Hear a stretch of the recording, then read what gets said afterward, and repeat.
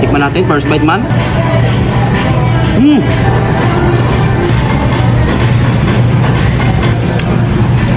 Lagyan natin ang kanyang spicy sauce man, you know. Uy.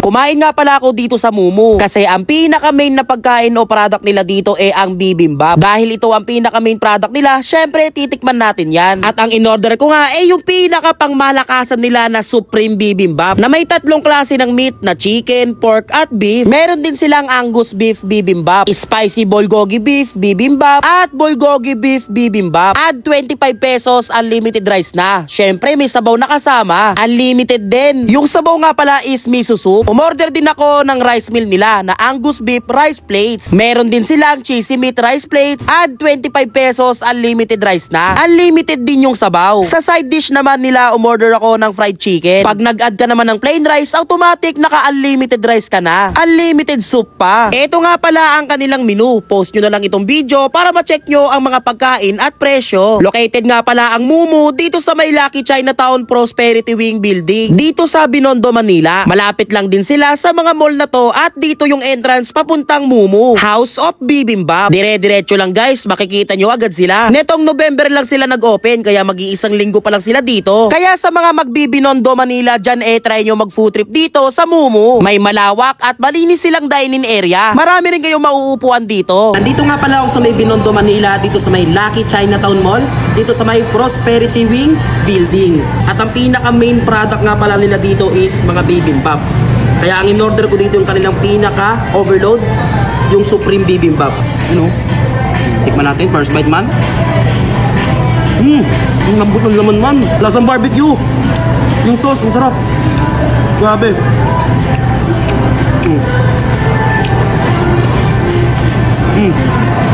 Malasang-malaso yung pork nila. Napaparami ako ng kanin, ha. Uy.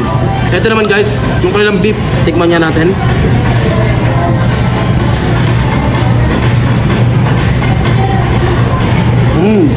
Sarap tol. Uy. Okay rin itong miso soup. Ito naman chicken.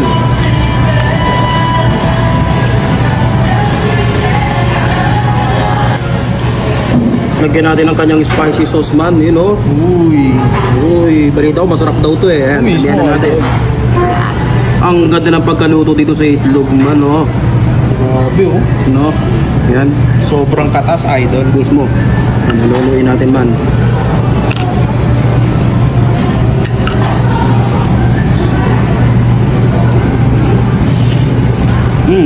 Grabe, nagpapatagdag nga ng lasa yung sauce.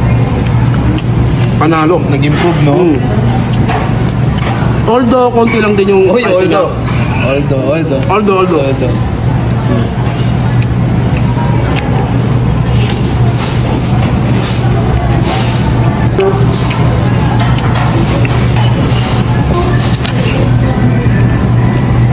Gusto may balat, di ba? Uy, sarap nyo, no, idol.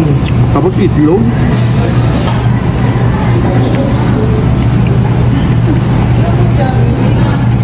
Bukod nga sa bibimbap nila, umorder din ako sa kanila ng rice meal. Tulad nitong Angus beef rice plates, 159 pesos. Ito na yun. At kung gusto mo ng unlimited rice, add 25 pesos lang. Unlimited rice na yan. Uy, unlimited na. Yes, tapos unlimited miso soup pa, di ba? Grabe. Titikman ko yung isang nilang sauce na hindi spicy. Okay. Samjang sauce. Samjang sauce.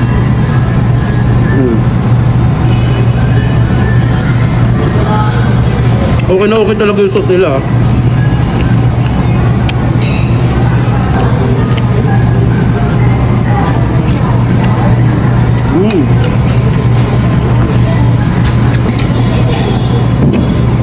Like this tayo. Umorder nga rin pala ako ng kanilang side dish guys, yung fried chicken nila, 95 pesos, 3 piraso na yon. Kapag umorder ka ng kanilang rice para pang partner dito 50 pesos nga pala to, automatic, unlimited rice na yon. Uy, grabe diba? 50 pesos mo, unlimited rice na yun, di ba? Wala sa yung fried chicken man. Pero kung gusto mo ng sauce, meron silang sauce dito. Okay. Pwede po makahingi ng sauce? Ito po? Yes, luto lang po. Apo. Unlimited yan, ma'am? Yes po. Isa lang po, ma'am.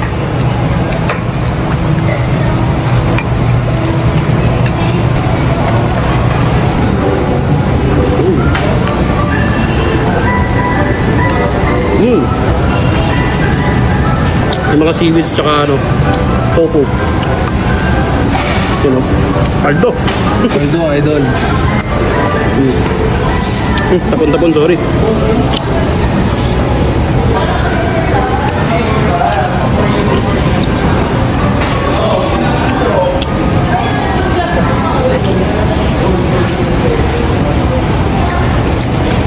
Guys, sobrang sulit mag food trip dito.